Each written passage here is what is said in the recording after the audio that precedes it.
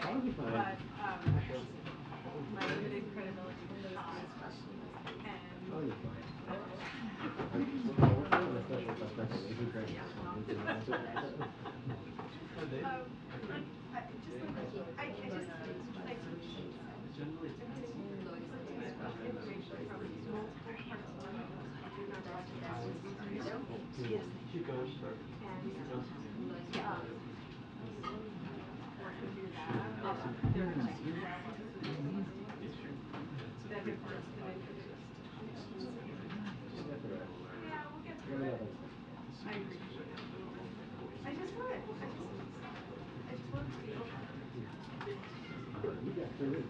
yes, Roberta keeps saying, you're just gonna like experience this, right? Hey, hey! Happy Friday. Okay, let's get started. We have a couple things at the top before we start with your questions.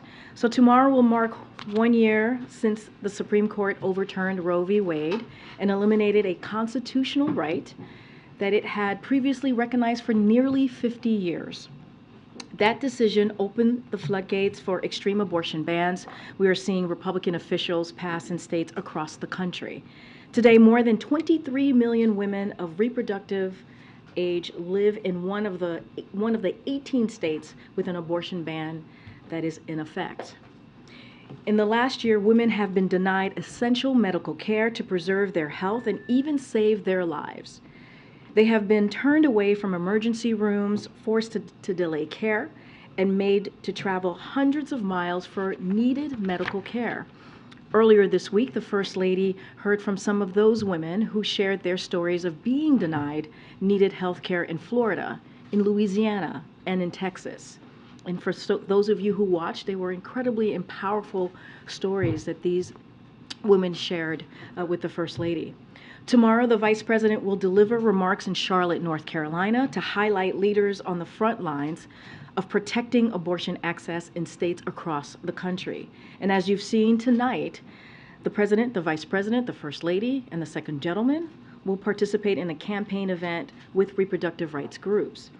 President Biden and Vice President Harris stand with the majority of Americans who believe the right to choose is fundamental.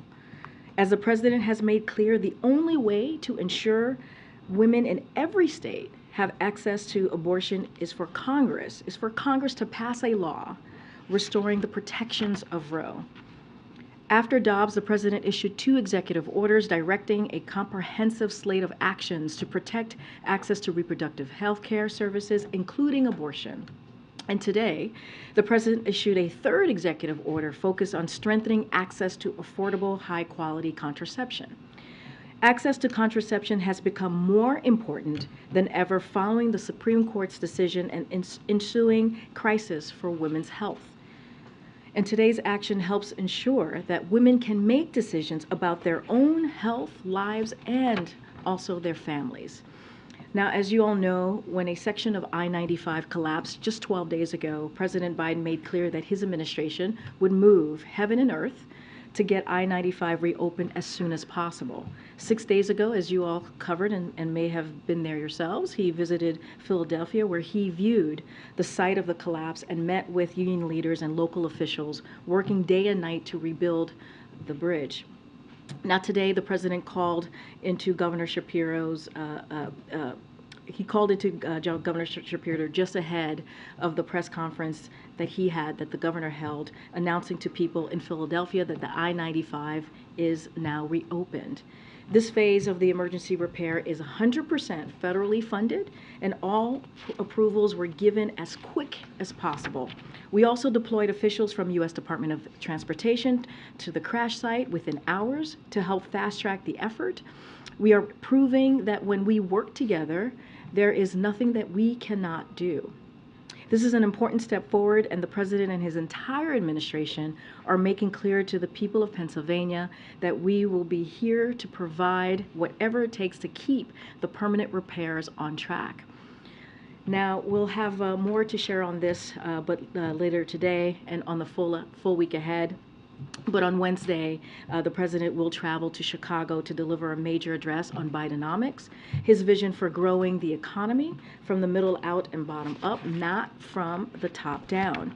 The president will highlight how, for too long, failed trickle-down economic policies had continued to be pushed by congressional Republicans, have hollowed out the middle class and sent jobs overseas. President Biden's economic plan is a break. It is a break from those failed policies. It is focused on growing the middle class and empowering workers, investing in America, and lowering costs. That plan is delivering results with more than 13 million jobs created, the strongest economic growth among any of the world's leading economies since the pandemic began, and the lowest current inflation among the world's leading economies. So we'll have more to share on his speech in the days ahead, and we'll have a week ahead later today for all of you as well. And finally, I do want to speak to something that we all watched very closely the last couple of days. Before I get started, wanted to say a few words about the Submersible. Our hearts go out to the families and the loved ones of those who lost their lives on the Titan. They have been through a tragic ordeal over the past few days, and we are keeping them in our thoughts and prayers. We would also like to thank the United States Coast Guards, our Canadian, British, and French partners, and everyone who participated in the search and rescue efforts these past couple of days. This whole effort has been a testament to the skill and also the professionalism that the men and women who serve our nation continue to demonstrate, continue to show each and every day. With that, as you all know, the Admiral is here to join me at the podium to speak to any questions that you may have after the Prime Minister's visit yesterday and any other foreign policy matters that you all may have questions on. Admiral, the podium is yours. Afternoon, everybody. I think, as you know, Prime Minister Modi just concluded a very successful official state visit here to the White House. This morning, the President and the Prime Minister dropped by a meeting between senior officials and CEOs of American and Indian companies gathered to discuss innovation, investment, and manufacturing in a variety of technology sectors, including artificial intelligence, semiconductors, and space. And I think you received a list of all the attendees earlier today. Now, over the course of this visit, President and Prime Minister Modi reaffirmed that the partnership between the United States and India is deeper and more expansive than it's ever been. And when we think about the future, not only of this relationship, but of the critical and emerging technology, countering climate change, global health, energy security, food security, there's just simply no partner that's going to be more consequential to helping solve those problems than India, and that's exactly what President Biden made clear during this visit. And as you all saw yesterday, or hopefully you saw, pretty robust set of deliverables on all of those fronts. Very, very specific, very tangible deliverables that we're looking forward to carrying future with India. And then, as both leaders reaffirmed, our countries are choosing to work together to truly work closely and cooperatively towards a more prosperous, secure, and healthy future, not only for the Indo-Pacific, but for the world. I'll take questions. Thanks, John. A couple questions.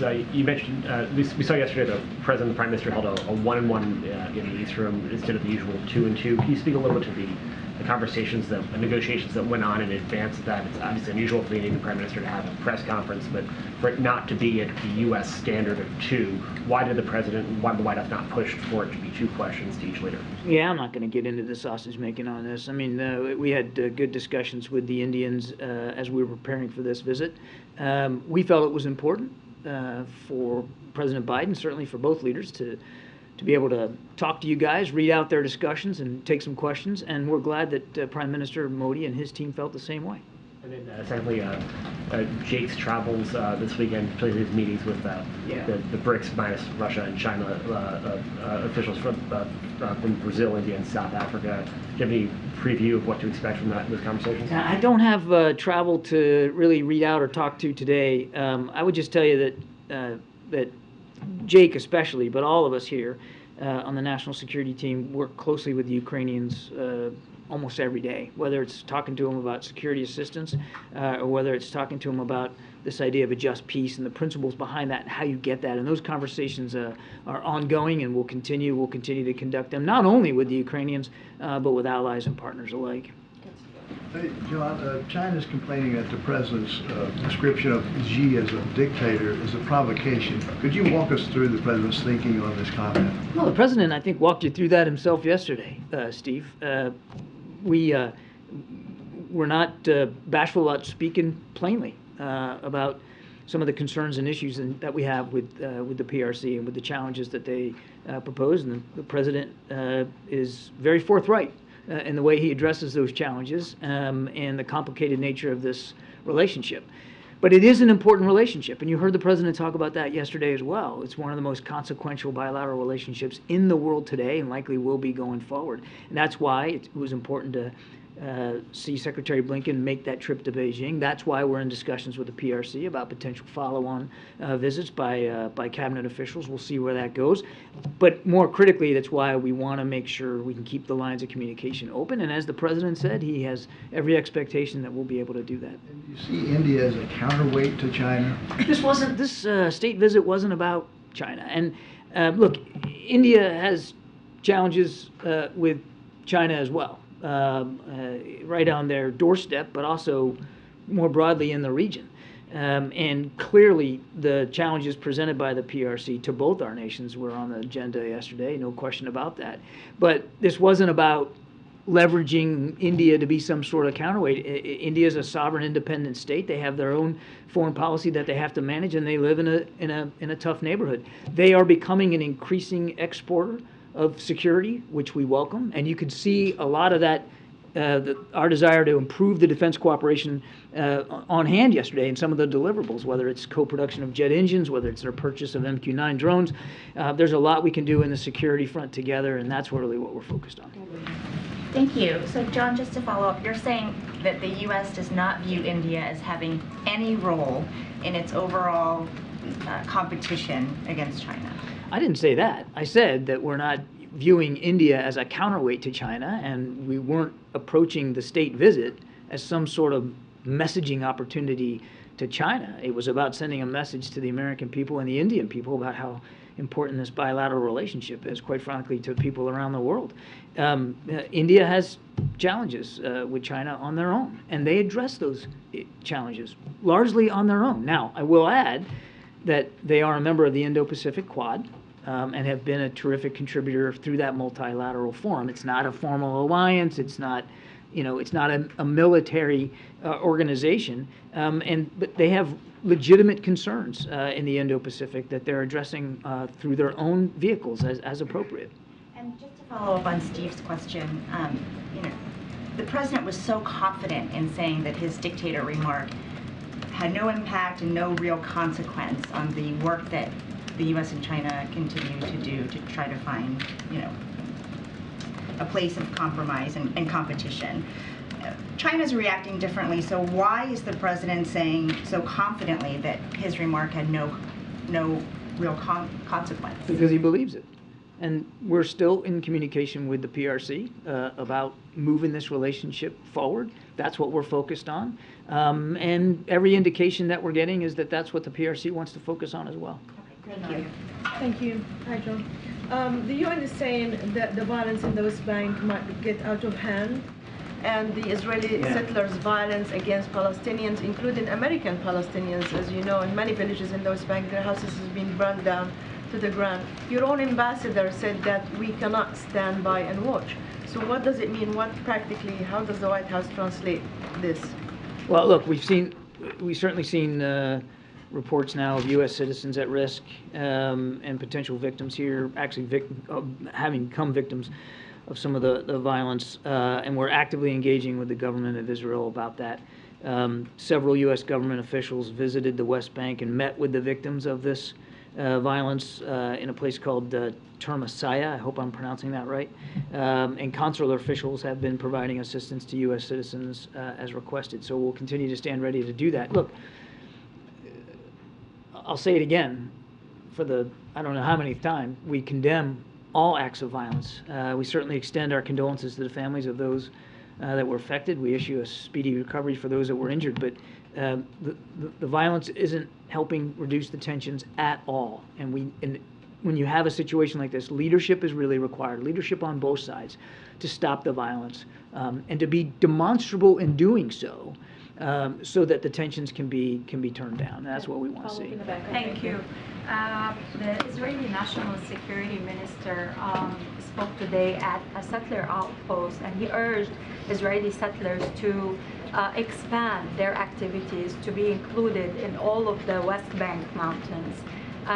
Despite of the violence that you just talked about and the international calls to hold settlements, settlement buildings, we're still hearing this from high officials from the Israeli cabinet.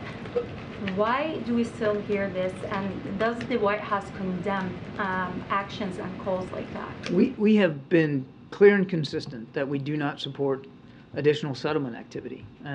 Our policy with respect to settlements has not changed and will not change, and we have been very consistent in communicating that directly to government officials in Israel. I can't speak to their comments or why they're saying what they're saying. That's a better question for them. I can just tell you that our policy on settlements has not changed, and there's not going to be a change to it. Thank you so much, Karine. Hi, John. So 2 questions about the trip to Copenhagen tomorrow. Some countries that will be there, like Brazil, for example, are saying that both sides will have to concede in order to have a peace plan to work. So what does the National Security Advisor want to accomplish when he's meeting representatives of Brazil, India, South Africa, and Turkey? And does the White House believe some progress can be made during this weekend? My answer is going to be pretty much the same. I don't have any trips or travel to speak to here from Mr. Sullivan. I just tell you that we routinely have engagements of all different varieties with the Ukrainians and with our allies and partners about trying to seek a just peace and to discuss the peace principles around that. We'll continue to do that. And just one more question very quickly, if I might. So the United States and Russia have requested from Brazil the extradition of a Russian spy who is in jail there. Is the United States seeing him as a potential candidate for a prisoner swap deal to free the Wall Street Journal reporter, Evan Gershkovich? Is this being considered? No, I'm afraid I don't have any context for you on that at all, but just broadly speaking, what happened that you saw yesterday, Evan's appeal was denied. Not surprising, but just another example of the egregious nature of the so-called justice system in Russia. Nothing's going to change about our efforts to try to get Evan and Paul Whelan home to their families where they belong. On Taiwan and India, what does the U.S. expect India's involvement would be at this point if China were to invade Taiwan? That's up to the Indian government, Prime Minister Modi, to determine. So you can't say anything about whether anything was discussed along those lines with... As I said earlier, clearly our mutual challenges with the PRC in the Indo-Pacific was a matter of discussion. The Indians have been very vocal about their concerns too with respect to what the PRC is doing, but I don't have anything more specific to read out to you in terms of the conversations specifically regarding Taiwan. All I can tell you on Taiwan is our policy has not changed. And then on the adventure tourism vessel that was headed to the Titanic, if the Navy had audio suggesting that it had imploded, was that communicated with all the partners, that you had that audio, or... So that the Navy did pass on to the incident commander the acoustic data that they had received. But they were also quick to make clear that they couldn't be definitive about what that data meant. And they couldn't be clear that that data was connected to the Titan, to the submersible. But they did pass that information up to the incident commander, as you would expect they would, and I'm sure that was factored into the search plan in some way, but I'd refer you to the Coast Guard to speak to specifics. Concerns that resources were wasted in searching the area the size of Connecticut? No. I think the Coast Guard has spoken definitively about this and quite well every day here, or at least every day till we got the tragic news, that there was an awful lot of effort put into trying to locate the Titan. Look, when you're in a search and rescue operation, particularly at sea, particularly in deep sea, I mean, time is not your friend. And I think you can see from the the way in which this was put together in pretty quick fashion with a lot of resources from, as Karine mentioned, from multiple countries, that there was a tremendous effort put forward to try to find the Titan as quickly as possible, knowing that time was not going to be anybody's friend. John, when the president said yesterday he expects to meet with President Xi in the future near term, can you define what that means? Should we expect that by the end of the year? Near term, I don't have anything more specific for you than that. The president will absolutely get together with President Xi again in a bit at the appropriate time. I just don't have anything for you on that. And was the president satisfied yesterday with Prime Minister Modi's answer on human rights concerns in India? The president was satisfied that he had the opportunity to discuss concerns over human rights with Prime Minister Modi, and he did, as he always does. We don't shy away from discussing human rights with foreign leaders, and one of the reasons you have partnerships and friendships is so that you can be honest and direct. I think he addressed that pretty well in his answer to you guys. John, the president said in his comments yesterday that he doesn't believe his China comments have had any consequence. Isn't China issuing a démarche to the U.S. ambassador in Beijing a consequence?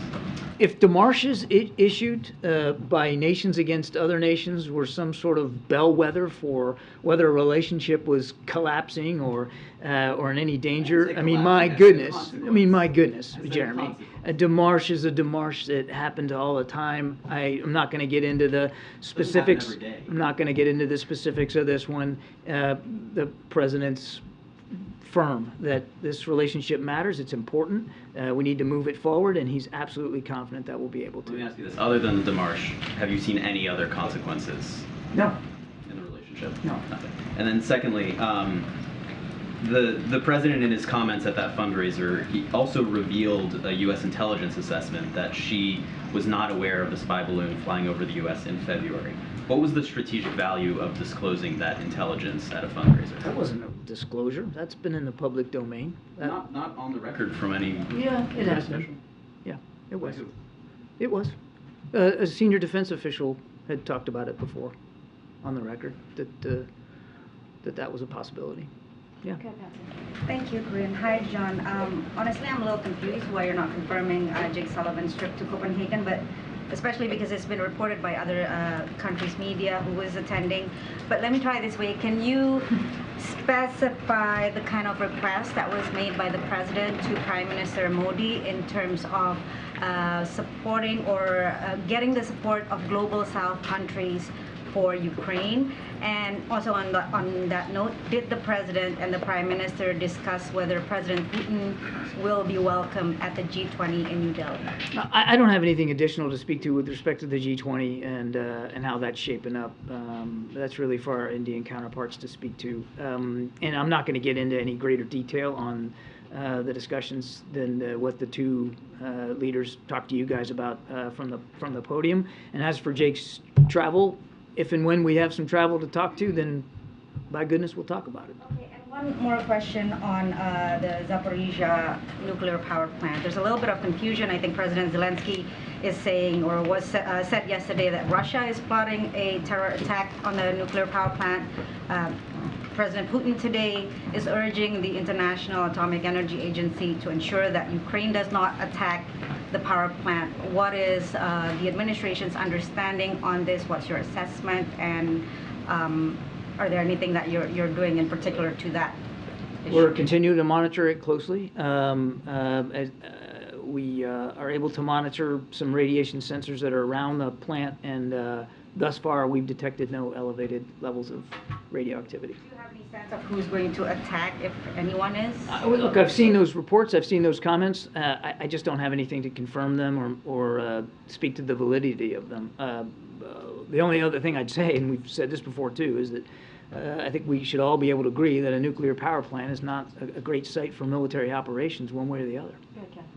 John, just on the issue of Russian oil, does the president come out of this meeting with Modi with the belief that India may actually reduce its purchases of Russian oil, and to what extent did that come up in their conversation? India has to make its own choices about oil purchases. And we hope that we can continue to see that they purchase Russian oil at or below the price cap as they have been. And then just on NATO, the president's going to be leaving in a couple of weeks. Where do things stand in terms of, his effort to help Sweden become a member of NATO? Should we expect a call with Erdogan in the coming weeks? There's conversations ongoing between the Swedish government and President Erdogan. We have been encouraging those conversations to continue. It's important for them to do that. And as the president has said, he's confident that the two nations will be able to come to an accord and will be able to welcome Sweden as the 32nd ally in NATO. I couldn't begin right now to give you like a time frame of what that's going to look like, when and under what circumstances. But the fact that they're still talking is a good thing. And again, the president remains optimistic. Thanks, Karine. John, in light of what's happening in the West Bank, many scholars believe that the two-state solution option is not viable, yet you are stressing that it is viable. The question, you didn't do anything actively to revive the talks between the Israeli and the Palestinian. Why? And I have another question. We have been engaging both sides. When the president visited last summer, he met with Palestinian leaders as well as Israeli leaders, and we have followed up through diplomatic channels ever since then. And we're not walking away from the belief in a viable two-state solution. We absolutely still believe that that's possible. So I just actually take issue with the, with the implication in the question that we don't care about this, or we're not following up on it, or that we're not engaging. We absolutely are. Can you please confirm that the State Department informed the government agency that scientific and technical cooperation with Israel beyond the Green Line is not consistent with the law? I'm sorry, can you repeat that? Yes. The State Department informed all the government agencies that scientific and technical cooperation with Israel beyond the Green Line is not consistent with the law. Can you confirm that? No, I can't. I don't have anything for you on that. Thank you, Karine, and thank you, John. I have two questions, one China, one North Korea.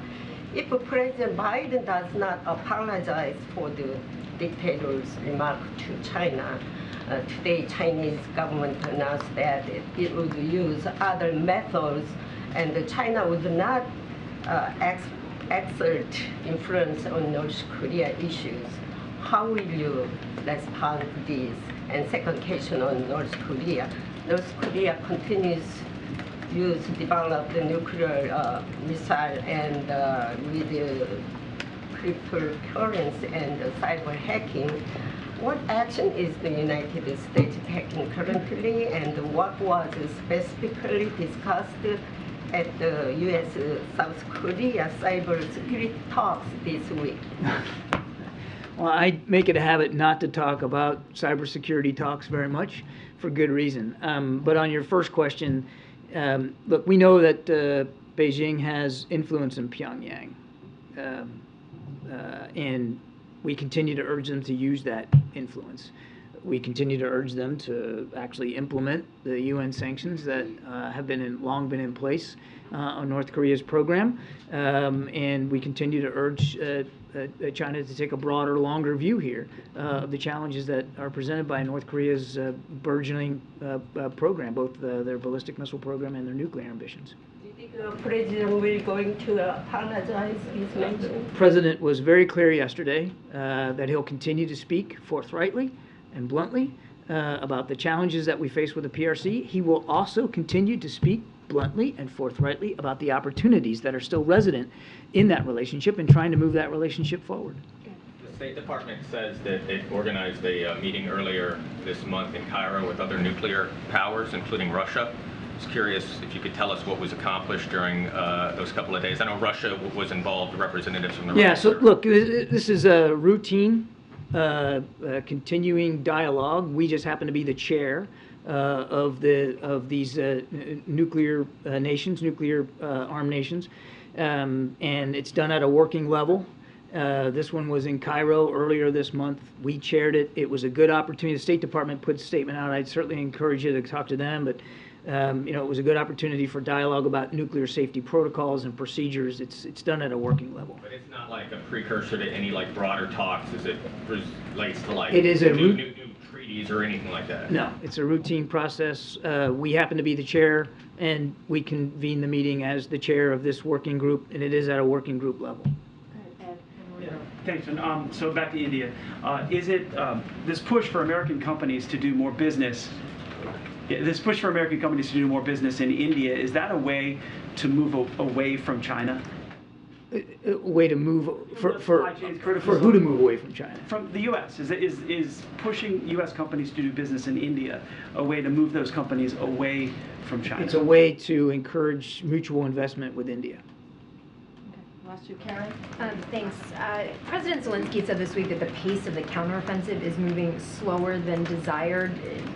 Is the administration concerned right now about the pace and what you guys are seeing and hearing from talking with Ukrainian officials? We're focused on making sure that the Ukrainian armed forces have everything that they need to be successful.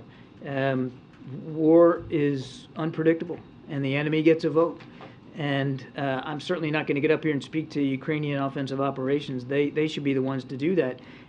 But I don't think that they went into this with some sort of false sense of confidence about how tough it was going to be.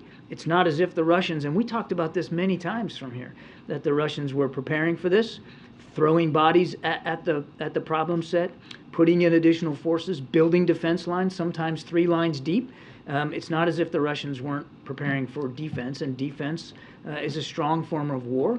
And you know, the Ukrainians are fighting through this. I think we just all have to recognize that combat can be unpredictable, and sometimes your plans don't always go exactly the way that you expected them to, but that's what's expected when you're in combat. What we're going to focus on again is making sure that they can be ultimately successful. All right, James, and then behind you, has the last word. But James, go first. Karine, thank you as always. Admiral, thank you. The House Ways and Means Committee yesterday released documents, their authenticity nowhere challenged.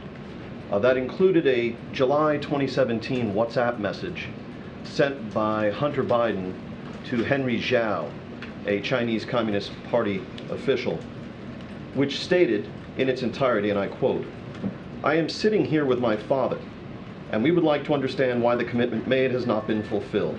Tell the director that I would like to resolve this now before it gets out of hand, and now means tonight. And Z, if I get a call or text from anyone involved in this other than you, Zhang, or the chairman, I will make certain that between the man sitting next to me and every person he knows, and my ability to forever hold a grudge, that you will regret not following my direction. I am sitting here waiting for the call with my father," unquote.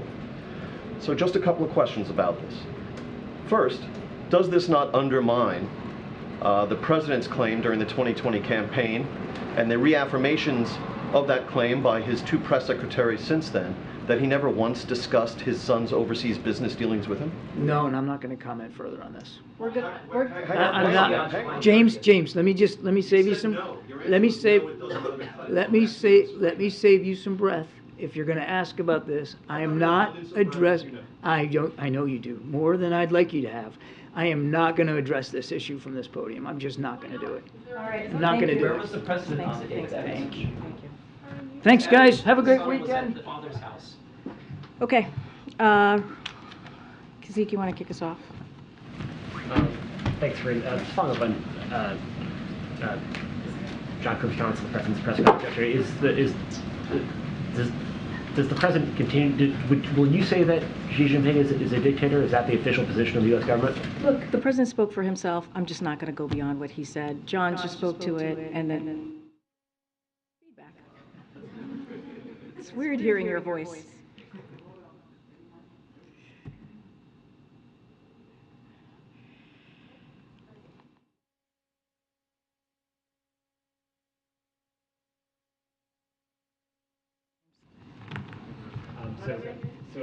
Is it good? Are we good to go?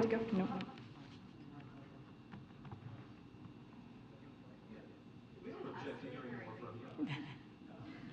I object.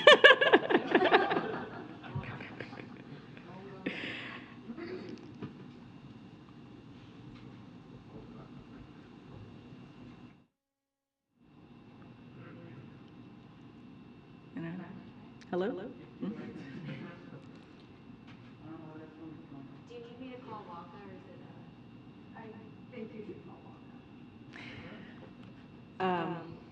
I'll try my best here.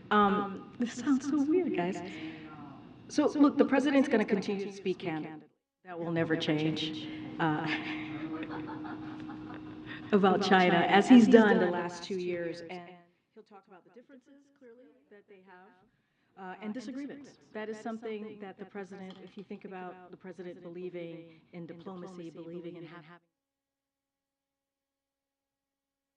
That's what the president's going to do. As you know, you guys have covered him for some time. He's very candid. But he also believes that diplomacy is incredibly important, which is why you saw this really consequential trip that the Secretary Blinken was able to do. Just to put a finer point on that, Yeah. Will you say that Xi Jinping is a dictator? It's not for me to say. The president spoke for himself. When this president speaks, we listen, and I step back and let the president certainly deliver his message on his own. And then a different topic, there's a lot of discussion last week around the Hatch Act and the use of particularly the term MAGA.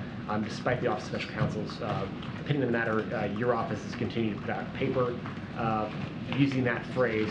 You have in the past have brushed off all questions about any political concern, saying this administration follows the law. So why, in this case, are you going with your own interpretation of the law rather than the independent office? Oh, I wouldn't say it's our own interpretation of the law. I would strongly disagree with that statement. What I'll say more broadly, and there's a couple of points that I want to make here. So, look, the White House counsel's office is reviewing, as I mentioned last week, OSC's opinion and having a routine dialogue with them. That's what we're doing. That's what we said last week, and that's what's going to continue. It is an ongoing process, and we believe from here, from the podium, from this administration, it's our duty to be transparent with the American people. That's what you see from us, and it's not. On the agenda, right, on the president's policies, on the president's values, and about the agenda, that's what we want to be transparent about. And look, just a couple of facts here. OSC has said that they view terms like Tea Party as acceptable. And this is a similar phrase, right? When you think about when you think about MAGA. In fact, OSC itself stated that MAGA could be used for official purposes during the Trump administration and permitted Mick Mulvaney to repeatedly use the term in his official capacity. So congressional Republicans has also used the term, as I mentioned here last week when I was asked about this, the same phrase to discuss their own agendas, their own proposals, their own policies. And so we have used the term MAGA in an official capacity as we are, when you think about the contacts, when we talk about their proposals, that's how we've used it, and their related values, as Republican officials say. And so we never directed it towards a campaign. We've never done that because, again, we respect the rule of law and have not done that. And so that will continue to be the case. And again, this is being reviewed. There's a conversation that's going to happen with our White House counsel and OSC, but you know, I'll let that process continue. Thanks, Karine. Former Vice President Mike Pence is calling on every GOP presidential candidate to endorse a 15-week abortion ban. In what ways does this administration expect that abortion access and reproductive rights would be targeted if Republicans take control of the White House? So I just want to be really mindful, as I was just asked about the Hatch Act. I'm not going to comment on any specific Republican candidate here or anything that's related to 2024. What I can speak to easily is more broadly, and we've seen it. You've heard me at the top talk about how this president and the vice president is going to continue to fight for fundamental rights as we see it when it comes to reproductive rights, when it comes to having access and women being able to make a decision on their own body, to have that conversation with doctors. That's something that the president's going to and the vice president's going to continue to fight on. As it relates to just more broadly here, to your question about the 15-week or 12 weeks, whatever it is, look, we have seen from Americans, majority of Americans, who do not want politicians making their healthcare decisions for them. That's been clear. We've seen that in majority of Americans, of every ideology, right? If you think about that. And so what we are going to continue to do, what we are committed to those Americans, a majority of Americans, all Americans across the country, is that we're going to continue to fight, and the president has been very clear, to restore the protections of Roe. And we believe that needs to happen through national legislation. How worried is the White House that Republicans in Congress or state legislatures will target contraception next? Look, I mean, it is a concern, right? In this state house, just this session alone, right, in 2023, we have seen more than 300 bills attacking reproductive rights, reproductive health care, right, including contraception, either eliminating it or limiting it. And that's a problem. And that's why we've continued to speak to this. We think about the executive order, the third one that this president signed today, to find ways for agencies to find ways to really protect contraception for women. And so the president's going to take action. You're going to hear from both the president and the vice president later today. The vice president's going to be in North Carolina tomorrow. You saw the first lady having really impactful, powerful conversations with women and what they've had to deal with. We have seen stories that many of you have written about when you take away that access, that type of healthcare access for women. It's hurt women. It's put their lives at risk.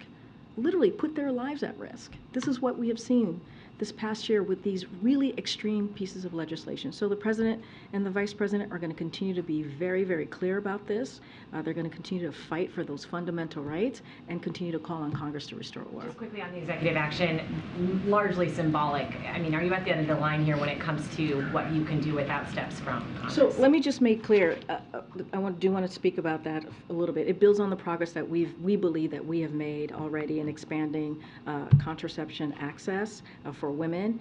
If you think about the Affordable Care Act, it helped millions of women save billions of dollars on birth control that they need and want. And so we understand that there are gaps still as it relates to that. And so that's what this executive order does today. It does a couple of things. It safeguards access.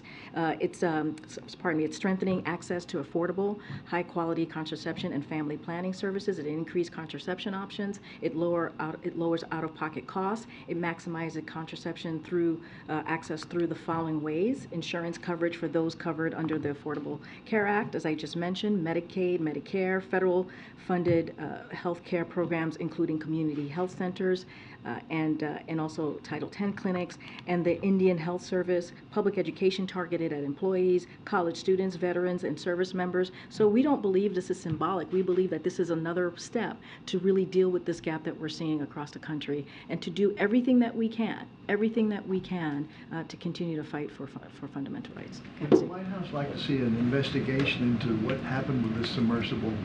Look, I can't speak to that from here. I will leave it to others, the United States Coast Guards and others, to speak to it. I'm just not going to comment on that from here. The speech you mentioned in Chicago, will the president offer some new proposals, or just his policies repackaged? So I think what you'll see from the president next week, and we'll certainly have more and certainly lay out a little bit more as we get closer to Wednesday. Look, I think it's important. This is a continuation, if you will, of the kickoff of the Invest in America, right? This is the second tour. We've heard us say that we're about to kick off the second tour. And so the president wanted to lay out what he's going to do, the detail, his economic vision in this country. He wants to speak directly to the American people to do so. As you all have stated to me, some Americans don't quite know all the full impact of the president's economic policy. So this is an opportunity for the president to go to Illinois and do just that. And it's going to be centered on working people, I can say that, and growing the middle class, as we've talked about many times before. And it is going to be, this is, a cornerstone of his speech.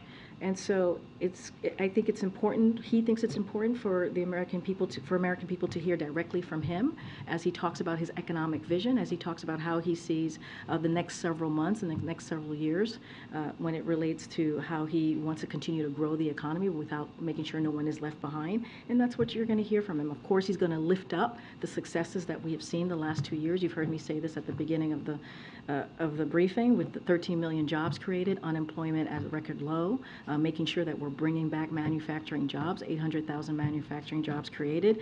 If you think about inflation, it's the lowest that we have seen since it went down by more than 50% in the past, since 11 months, in the past 12 months, and that matters.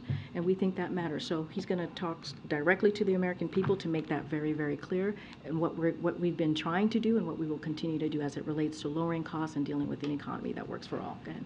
Thanks, Karine. To follow up on that question, with the president's speech on the economy next week, it seems like he's entering a mode where he's more willing to embrace the current economy, to tout the economic progress that he believes has been made. Is that a reflection of the fact that you guys feel like inflation has cooled significantly to a point where you think this is a trend that is durable? and that you feel like you kind of turned the corner, and so that's going to be reflected in the president's messaging as well? So look, I mean, the president talks about the economy every chance that he can, and tries to communicate with the American people and really meet them where they are, as we know that lowering costs is a key priority for them. That's what they want to see, and so of course the president's always going to try to meet Americans where they are. That's why you hear us talk about gas prices going down. You hear us talk about Inflation Reduction Act, a historic piece of legislation, as you all know, that's going to lower energy costs, lower health care. There are things here that he has done in the last 2 years that we have talked about over and over and over again. This gives him an opportunity to do it in a way that he talks about it in a fulsome, if you will, way and approach. Where he'll be in Illinois, he'll talk about Biden economics more broadly. He'll talk about the next kind of how he sees the future and dealing with the economy. And I think that's all incredibly important. Look, you know, and I think as you talk about the economy and where it's going, we've been very clear. We believe that we're headed to a slow and steady growth. We believe that the work that the president has done with economic policy, as he continues to move forward with it, as you continue to implement those really key important pieces of legislation, is going to continue to grow important jobs, jobs that are union jobs, jobs that are going to be able for Americans to put food on their table. All of these things are important. But like I said, we understand that a lot of Americans don't know what the president has done. I'm just trying to get a better sense of why now for this speech. Is it tied to the progress in the economy? Is it tied to just like the moment we are in the political season? I mean, what? I think it's a combination of things, right? We've shared the good news that we've heard from the data over the past several months, right? We put that out there. We lift up how inflation has gone down, as you just stated. And also, we want to continue to talk about the historic legislation, right? So this is all very important. We talked about the Invest in America. We talked about doing the second portion of the tour.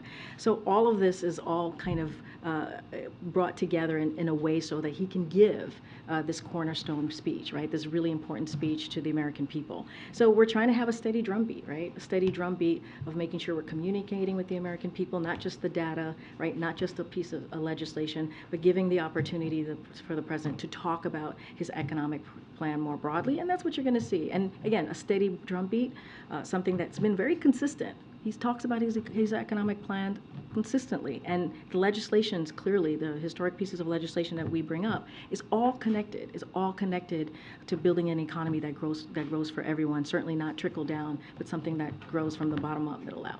And then secondly, the president invited his son Hunter to the state dinner last night. I'm wondering if you could take us into the thinking and the decision-making of why the president decided to invite his son. I'm just not going to get into family discussion, personal family discussion. As you know, Hunter is his son. I'm just not going to get into it. Let me ask you this. If Hunter Biden wasn't the president's son, would he have invited someone who had just reached a plea agreement with federal prosecutors 2 days earlier? A couple of things. Again, that's his son.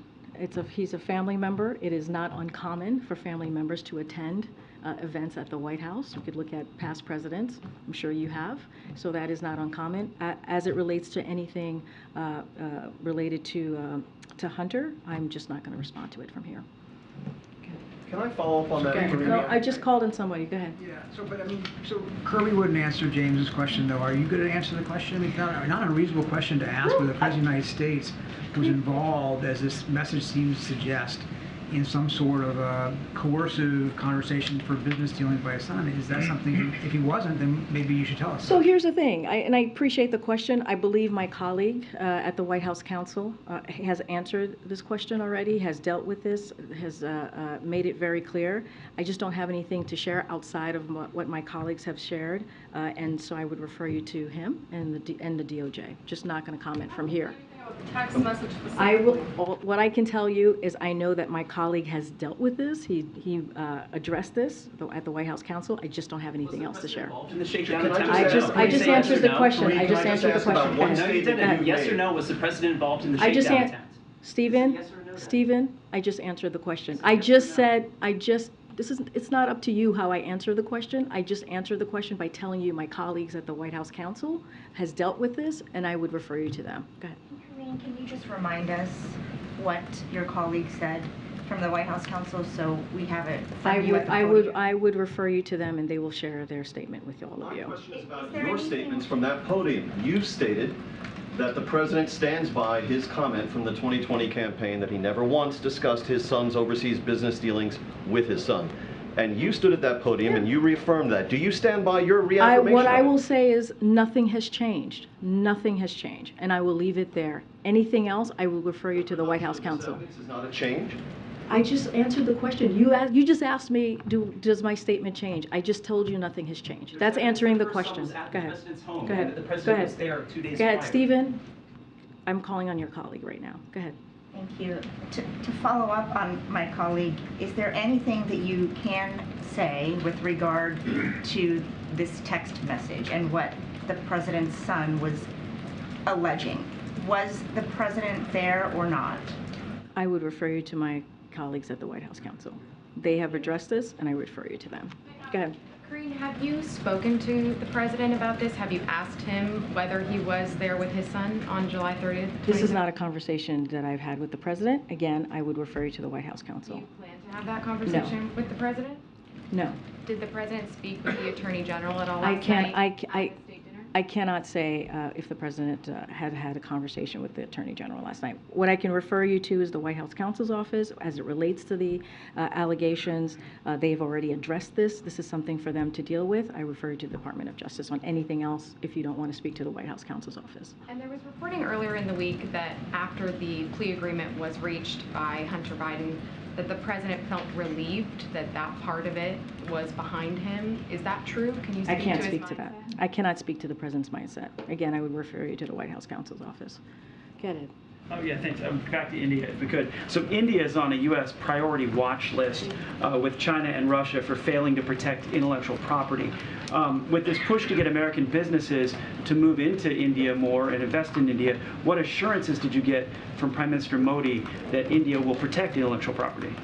So look, as two countries and leaders who are certainly leading in innovation and technology, the United States and India have a strong and shared interest in protecting intellectual property and a shared technology ecosystem. So protecting IP, intellectual property, along with expanding market opportunities for U.S. firms in India, welcoming major Indian investments in the United States, and diversifying our supply chains were all topics of discussion on this historic official visit. And so I'll leave it there. But again, they are both leaders in innovation and technology, so certainly they have shared interest. So on inflation, quickly, does the president still believe companies are causing inflation? So look, as you know, the president, when it comes, I just went to laid it down for Jeremy about how important it is for this president to deal with inflation. We've seen inflation go down by more than 50% in the last 12 months, and we think that's incredibly important.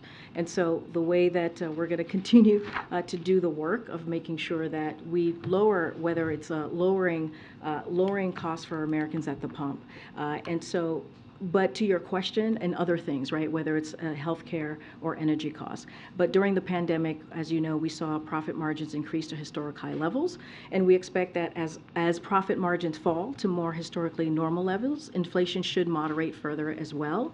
And so the president said this in his Wall Street op-ed, and I'll quote him: as supply chains continue to unsnarl, company profits margins fall from historically high levels, and rents continue to moderate, inflation should decline further, creating more breathing room for working families. So did the president confront the CEOs here today about that? I'm not going to get into private conversations that the president has had, but I just laid out how we see the future as it relates to profit margins, and I'll just leave it there. I'll take one more question.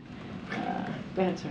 Hey, Karine, thanks so much. I wanted to ask you if there is video of the president signing this executive order today, because we were wondering. I believe there was digital content taken from the president signing this order, and so we'll probably be releasing that. I don't have anything else from that. Thank you. Okay, great. Thanks, everybody. The Attorney General committed perjury by testifying to Congress that